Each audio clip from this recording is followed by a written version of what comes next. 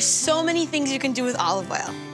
I just finished up a creamy Caesar salad dressing. Remember that Olio Santo I made earlier? Spicy garlic flavor.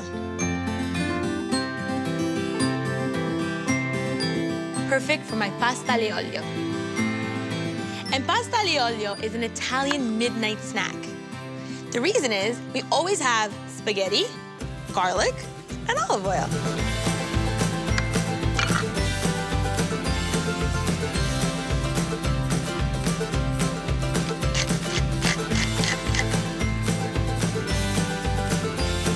And that's it. Oh. Give it a little toss with my fork. Get that oil everywhere. This smells like midnight in my house.